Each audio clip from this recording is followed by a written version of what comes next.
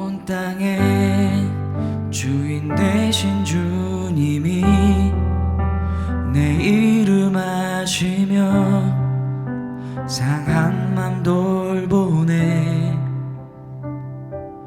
어둠을 밝히시는 새벽별 방황하는 내 맘 주의 길 비추시네. 나로 인함이 아닌 주가 행하신 일로 나의 행함이 아닌 오직 주로 인하여 나는 오늘 피었다 지는 이름 없는 꽃과 같네. 바다에 있는 파도 안개와 같지만 주는 나를 붙드시고 부르짖음 들으시며 날 귀하다 하시네. 주님은 나의 죄를 보시고 사랑의 눈으로 날 일으키시네. 바다를 잠잠하게 하시듯 내 영혼의 폭풍 고요케 하시네. 나로 인함이 아닌 주가 행하신 일로 나의 행함이 아닌 오직 주로 인하여 나는 오늘 피었다 지는 이름 없는 꽃과 같네. 바다에 있는 파도 안개와 같지만 주는 나를 붙드시고 부르짖음 들으시며 날 귀하다 하시네. 나는 오늘 피었다 지는 이름 없는 꽃과 같네. 바다에 있는 파도 안개와 같지만 주는 나를 붙드시고 부르짖음 들으시며 날 귀하다 하시네. 제22장. 많은 재물보다 명예를 택할 것이요 은이나 금보다 은총을 더욱 택할 것이니라. 가난한 자와 부한 자가 함께 살거니와 그 모두를 지으신 이는 여호와시니라. 슬기로운 자는 재앙을 보면 숨어 피하여도 어리석은 자는 나가다가 해를 받느니라. 겸손과 여호와를 경외함의 보상은 재물과 영광과 생명이니라. 패역한 자의 길에는 가시와 올무가 있거니와 영혼을 지키는 자는 이를 멀리하느니라. 마땅히 행할 길을 아이에게 가르치라. 그리하면 늙어도 그것을 떠나지 아니하리라. 부자는 가난한 자를 주관하고 빚진 자는 체주의 종이 되느니라. 악을 뿌리는 자는 재앙을 거두리니 그 분노의 기세가 쇠하리라. 선한 눈을 가진 자는 복을 받으리니 이는 양식을 가난한 자에게 줌이니라. 거만한 자를 쫓아내면 다툼이 쉬고 싸움과 수욕이 그치느니라. 마음의 정결을 사모하는 자의 입술에는 덕이 있으므로 임금이 그의 친구가 되느니라. 여호와의 눈은 지식 있는 사람을 지키시나 사악한 사람의 말은 패하게 하시느니라. 게으른 자는 말하기를 사자가 밖에 있은즉 내가 나가면 거리에서 찢기겠다 하느니라. 음녀의 입은 깊은 함정이라. 여호와의 노를 당한 자는 거기 빠지리라. 아이의 마음에는 미련한 것이 얽혔으나 징계하는 채찍이 이를 멀리 쫓아내리라. 이익을 얻으려고 가난한 자를 학대하는 자와 부자에게 주는 자는 가난하여질 뿐이니라. 너는 귀를 기울여 지혜 있는 자의 말씀을 들으며 내 지식에 마음을 둘지어다. 이것을 내 속에 보존하며 내 입술 위에 함께 있게 함이 아름다우니라. 내가 내게 여호와를 의뢰하게 하려 하여 이것을 오늘 특별히 내게 알게 하였노니 내가 모략과 지식이 아름다운 것을 너를 위해 기록하여 내가 진리의 확실한 말씀을 깨닫게 하며 또 너를 보내는 자에게 진리의 말씀으로 회답하게 하려 함이 아니냐. 약한 자를 그가 약하다고 탈취하지 말며 곤고한 자를 성문에서 압제하지 말라. 대저 여호와께서 신원하여 주시고 또 그를 노략하는 자의 생명을 빼앗으시리라. 노를 품는 자와 사귀지 말며 울분한 자와 동행하지 말지니 그의 행위를 본받아 내 영혼을 올무에 빠뜨릴까 두려움이니라. 너는 사람과 더불어 손을 잡지 말며 남의 빚에 보증을 서지 말라.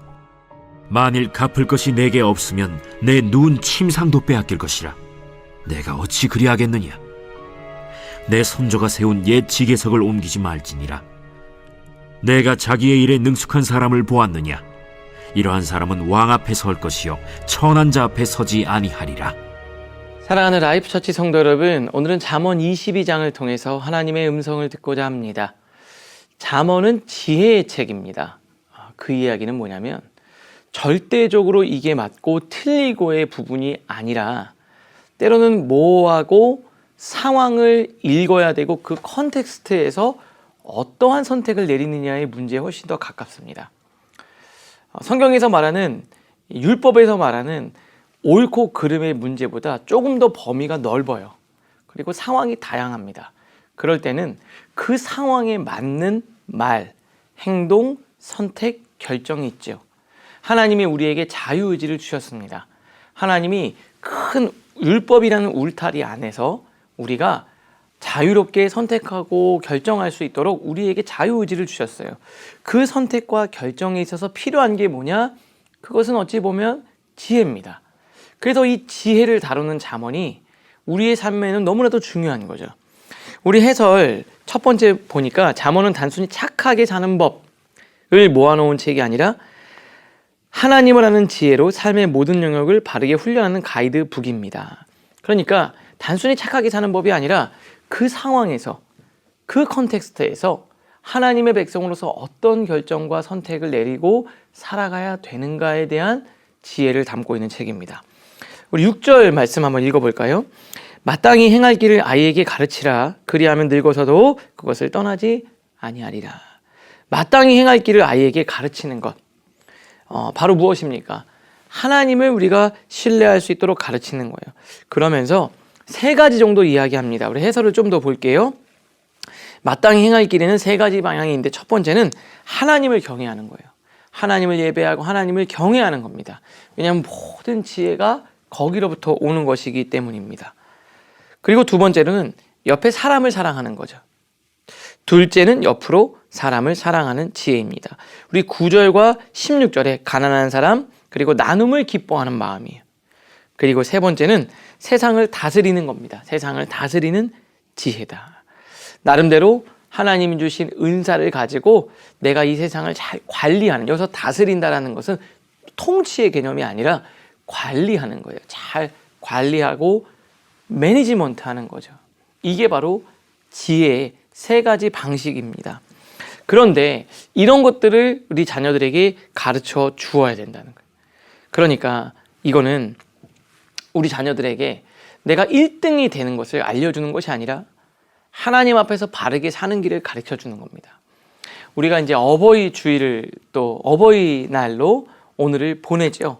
우리 부모님에 대한 감사, 그리고 부모님의 사랑에 대한 감사를 표현하기도 하고요. 동시에 우리는 부모로서 우리 자녀들에게 나는 어떠한 가르침을 물려줄 수 있는가, 이거를 우리가 배워야 됩니다. 자녀들은 부모로부터 내가 받을 어떤 돈이나 물질적인 유산보다 더 중요한 것은 무엇입니까? 부모님으로부터 마땅히 걸어갈 길을 배우는 거예요. 신앙을 배우고 성실을 배우고 겸손을 배웠다면 최고의 유산을 여러분 물려받은 겁니다. 잠언을 묵상하면서 우리 하나님 아버지로부터 이런 지혜가 여러분들 안에 넘쳐날 수 있기를 주님의 이름으로 축복합니다. 하나님을 사랑하고 내 옆에 있는 사람을 사랑하고 이 세상을 아름답게 관리하는 법, 이 지혜가 우리 사랑하는 라이프처치 성도인들 모두에게 임할 수 있기를 바랍니다. 이어서 두 번째인데요. 그러면 지혜는 어떻게 새겨지느냐? 정말 중요한 게 있습니다. 그건 바로 우리가 듣는 우리 귀로부터 마음에 새겨진다릅니다. 17절입니다. 너는 귀를 기울여 지혜 있는 자의 말씀을 들으며 내 지식에 마음을 둘지어다. 그러면 18절에 이렇게 돼 있죠. 내 속에 보존하며 내 입술 위에 함께 있게 함이 아름다우니라. 내 속에 보존, 간직한다는 거. 여러분, 간직하려면 어떻게 해야 됩니까? 계속해서 입술에 그 지혜를 두어야죠. 간직하기 위해서 우리는 계속 말합니다. 우리가 마음에 담아둔다고 해서 마음에 있는 게 마음에서 다 날아가 버리거든요. 그걸 지키는 게 우리의 고백이에요. 고백, 입술의 고백, 반복적인 선포입니다. 오늘도 그렇게 여러분들 마음 안에서 지켜낼 수 있기를 바랍니다. 우리 해설을 좀 볼까요?